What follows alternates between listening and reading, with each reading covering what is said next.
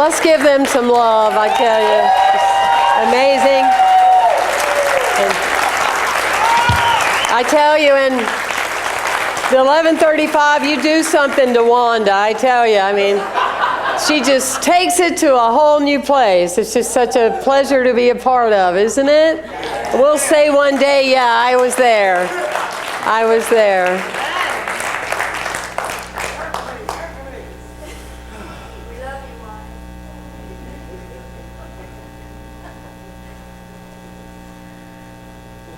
So there was a reporter that was doing some research on what people felt with their jobs.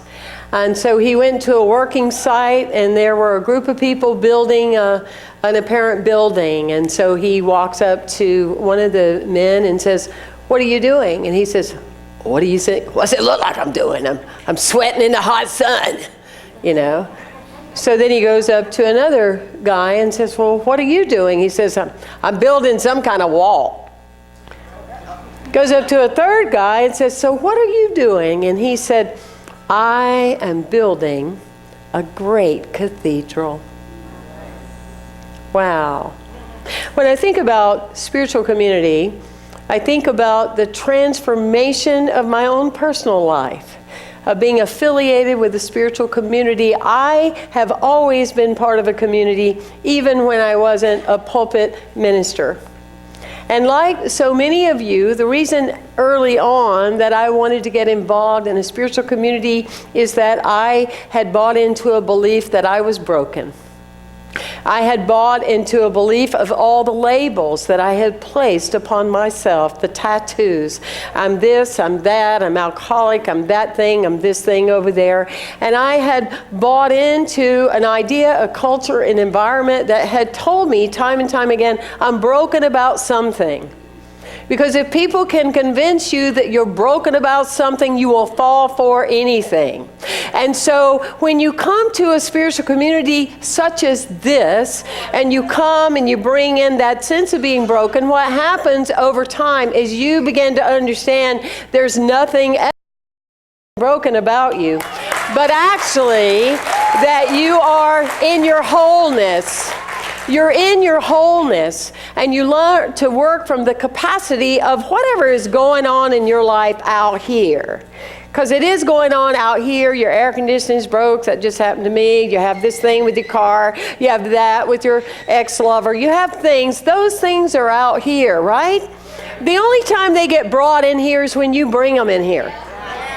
But if you're bringing them into a sanctuary of understanding of your wholeness, then you approach it in an entirely different way and in an entirely different light. Right? That's why the word fulfillment says full. I start full. I let you fill more in it, and I find me. There you go. So what are you going to do with that, right? And so that's our life. We're not in denial. We're not woo-woo. We're not just happy. We are people that believe that we are made in the image and likeness of God, not in the almost sort of kind of just a little bitty piece. You know, we take it very, very serious. If somebody tells me go out and be God today, that's a serious call. And that means I'm shaping up and shifting up in order to live into that reality in a greater way. It reminds me of a story of a woman that by the river, she discovers this precious stone. And she knew right away when she saw it, it was worth a lot of money. She put it in her bag. She's walking along, and a man comes up to her and tells her how hungry he is and that he needs food. And he says, "Do you have anything that I can eat?" Well, when she opened the bag, he saw that stone. And he said, "I want that." And she gave it to him. And he walked away and went in his life, and he's kind of calculating like that particular stone would take care of him for a very long time and all his needs. But he turned around, and he went back and he located the woman. He had the stone in his hand, and he said, "I appreciate it that you gave me this stone. But what I want is I want to have whatever it is you have in you that allowed you to give that stone away to me. That's what I want. I want that. And that's what we do in coming together, whether we're here or our ministries out in the workplace or wherever we are, is that we are coming from a place that nothing or no one can ever take all this magnificent energy and essence away from us. No culture, no beliefs, nothing, because we live in an entirely different place. People say, you're out there. I go, yes, and I'm going further. Get ready. Get ready. Get ready. Because don't call it if you're not going to use it, right? In Matthew 5:17 through 19, it talks about the law like we talk about every week. We're working with natural laws, not human-made, defined laws, natural laws. I didn't do so well with some of those laws, but that's a different talk. Okay, but it basically says, do not think, I believe it was Jesus said this, don't think that I came to abolish the law. I didn't come to do that. I didn't come to get rid of that. I came to show you how to use them so they may be fulfilled. Your desires and your dreams may occur because you learn how to work with the laws itself. And if you've ever written it down, if it's ever in your heart, if you've ever felt it in your soul, it is going to happen. It is going to happen. And it's a guarantee, and like you, I take guarantees very serious. It's like the promised land. Like Moses believed there was a promised land. Martin Luther King Jr. believed there was a promised land. He didn't get to see some of the things that have happened in some of the places where we still have work to do, but it was a promised land. Every one of you, how many of you have a promise that's still calling you in the morning or the night, right? It's calling you in the morning and the night because it is a promise that your soul brought in, that you are going to fulfill and guarantee it, and you will long for it until you step into it. Right? And by the way, nobody write me on Facebook or Messenger and tell me that my pants are a little too big, because I know that. I know they're too big, but I want you to know what I've gone through for them to be too big. So if you don't mind, I just want to enjoy it for a little while. Okay? I want to just enjoy it, When you work for something, when you put your energy into it, when you put your commitment into it, you don't want to just get a trophy. You want to sit with it and enjoy it for a period of time, right? It reminds me of a story of, I don't know what gets me going more, shouting over there with Mickey or your feet going like that. I'm just like, I don't know. I'm like, whoa. Anyway, coming back. Where am I? Okay. There you are. I love that story about a man that he goes to his coworkers every day, and when they're having time for lunch, he pulls out his lunch box and he goes, I can't believe it. Peanut butter and jelly sandwich again. So day after day this happened. I can't believe it. Peanut butter and jelly sandwich again, right? And finally, the coworkers go, why don't you tell your wife to make you something different? He says, I'm not married. I make my own lunch. And so we are in this space of creating. And we're in a space of creating something magnificent and amazing here. And so by choice today, I wanted to take you on a little space of energy, because I want to show you what imagination that is unhampered by facts can do. All right? You may not be aware, but in 5 years, this community will be 100 years old. Right? And so when something is 100 years old, or a person is 100 years old, wow, you pull out all the possibilities. It's like, let's get on with it. Let's take this very serious. So I'd like to walk you through our path that a few years ago was created, these 4 components. Expand our team, echo our principles, enhance our abundance, and energize our sanctuary. So I'm going to talk about this today because it also, with everything that is individuated in spirit, becomes on the collective, all of us join together. And so it's about individuals, but it's also about what we are when we come together. So you in your own life, as you are evolving, as you are changing, as you are shifting, as you are living in your wholeness, you often will want to expand your team. And so when you stop that critical talk and that self-talk, and you're not just always in recovery, recovering from something, for goodness sakes, there's nothing wrong with that. I have that part of my nature too. But I also want to live in a place of possibility. So often I need to expand my team to have people that can see bigger than at the time I thought I could. You got that? So with your own team, it's about who's in your boat. That is whether you can float or not. And so when you're looking at your life and things you want and where you want to go, you want to take the time in your inventory to say, who in my life reflects that? If nobody's there, you either need to make room or you can hang on to all that and add some. But it's necessary because it's your consciousness that needs to shift. Because when your consciousness shifts, then the form in your life will shift. But it's you first, yes? And so you expand your team, and that's what we've been doing here. Obviously, we wanted to be international. Obviously, we wanted to have the colors of the rainbow and understand the rainbow. So therefore, we needed to reflect that within our own community, right? We expanded our team. Can you believe how many singers we have up here on Sunday, right? We have as many singers than some people have in their church. So we have expanded our team. We echo our principles. How do you echo your principles? It's not when you're with people that feel like you. How do you echo your principles when people don't feel like you?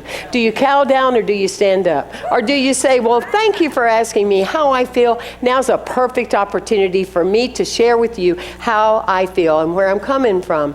A lot of people, they believe like we believe, but we apologize when we're out in public and go, I don't know, I'm part of this. I don't know how to explain what we're part of. How about we just live boldly and then we act bravely, right? And so we echo our principles. And yes, we want to echo our principles on Facebook and on Twitter and on Instagram and on your story and our story and their story and whatever else they come up with to occupy all of us. But we want people to see we are principle-based people. Yes? We talk about subjects that a lot of people aren't comfortable talking about here. We talk about racism, we talk about ageism, we talk about hateism, we talk about separatism, we talk about all the things. We talk about mental health, that we address what is practical. We're not just here to talk to you about theory and, on the collective and kumbaya. We're here to address things that are practical to right now. When you come here, we want you to have things you can take home in your toolbox that you can go to work, go to home, go to family, go to Thanksgiving, and make the world a better place because you live and you have a different understanding of your life, you see. And so it's important that we echo those principles, because if you are listening to theory and there's no example of it around you, then it has not integrated into the absolute truth. It is only the truth that will set you free. And it doesn't always feel pleasant when it steps on your toe, but past that, it will free you. It's like someone says, welcome to your independence, but freedom comes with responsibility, right? And we talked about enhancing our abundance. Well, many of you weren't here 5 years ago, so you don't know that we had like 4... You remember, yeah, glory, yeah, we had our microphones were always on the blink and this happened. We didn't have the beautiful purple chairs that you sit in that lift your consciousness. We had these old, tired, we had something else. We'll just leave it at that.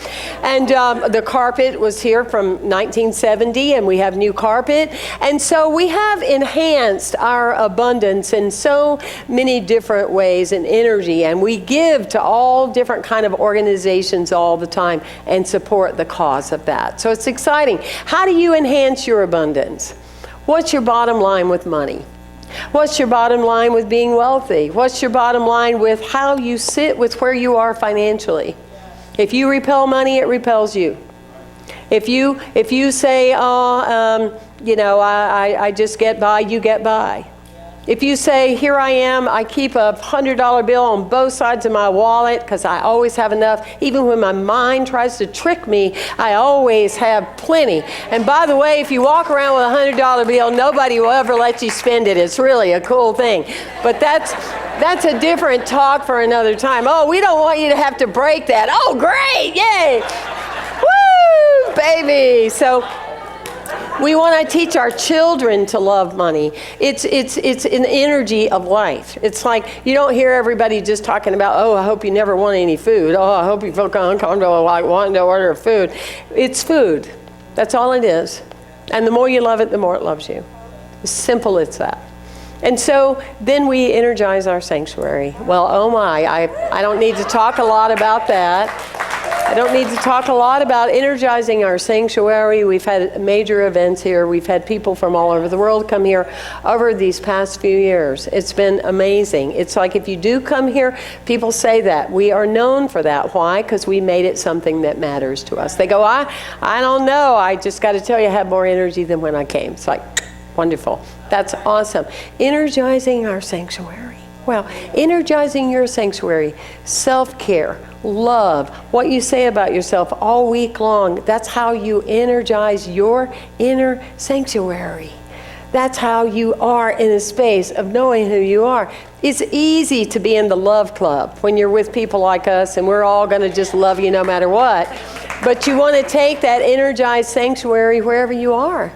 People can say, what is it about you?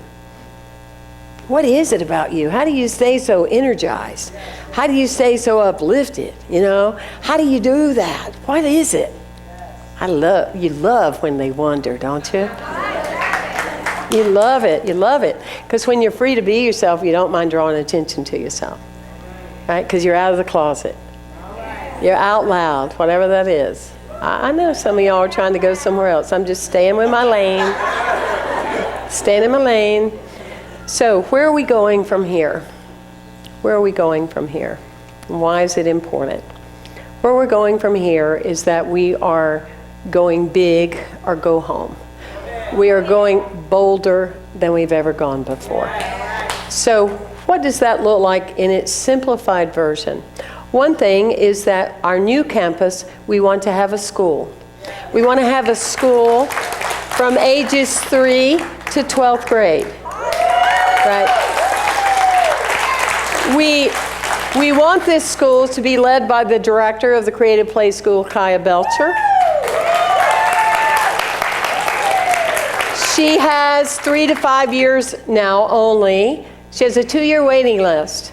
What we know for sure is that we are part of a changing world today that impacts a moving world tomorrow. So we're going to take action to create spaces, because what is happening now is children come to Unity, they go to CSL, and they hear, you can be anything. Oh, God's a unicorn. Yes, God is. Share with me, God, your unicorn. We love them. We behold them. We hold everything they say is sacred.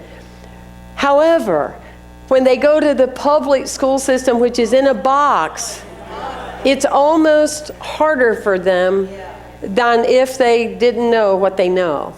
And many of us relate, because some of us still go to therapy about public school. But that's a different talk. But anyway, it's like, so we want the opportunity to make a statement, to do a revolutionary aspect of what education can look like with children to adulthood, so they really know this is who they are. This is huge, and we believe in it. We are growing spiritual leaders, not followers. We are growing spiritual leaders, not followers. We are growing children that have esteem, that are assertive, that aren't looking to anybody to people please. And that will automatically give them 20 or 30 more years of their life, because you know what I'm talking about, because some of us just came around recently in the last few decades and realized we're not here to people please anybody. right? So this is what we envision. We envision this. We envision a campus that will allow exchange students to come from all over the world and study and learn from us. Study and learn and grow and expand. We have an exchange student now that's waiting to come from South Africa. He's just waiting on the visa thing to be worked out. And so we have this international, this ILLI, this Institute for Leadership and Lifelong Learning, because people that want to step up to spiritual leadership, we don't want it to make it like they have to do a boat without a paddle, like it just takes them for the rest of their lives. We want to empower them, get them in, get them out, so they can do their work, right? That's another thing. Excuse me, I'm going to pull it. So, you know, we got that going on, and we also are working with Pyramid Spiritual Society International, that we have a pyramid on our new campus. We're grateful to Sri Khan, Stan Sri Khan.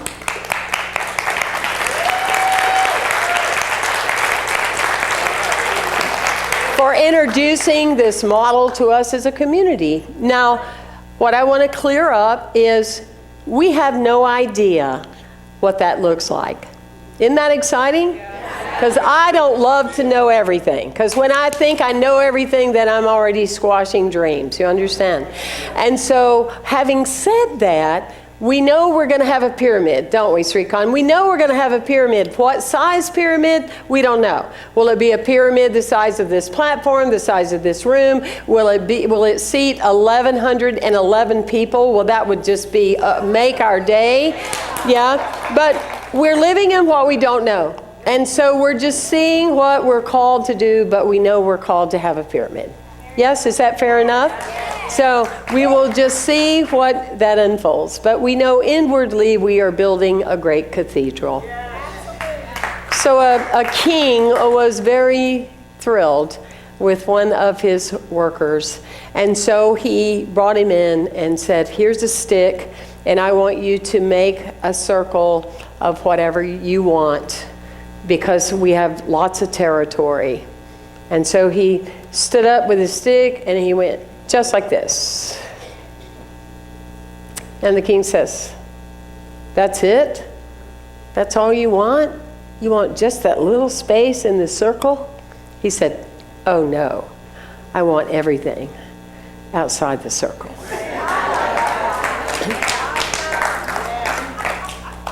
We want to aim big for who we are.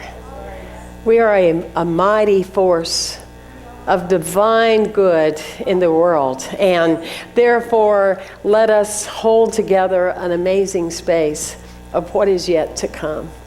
And hand on your heart, I love you. I appreciate you. If you're new, I love that which is within you, right? And we're very grateful for who you are at our community. Bless you. Thank you. Thank you. Thank you.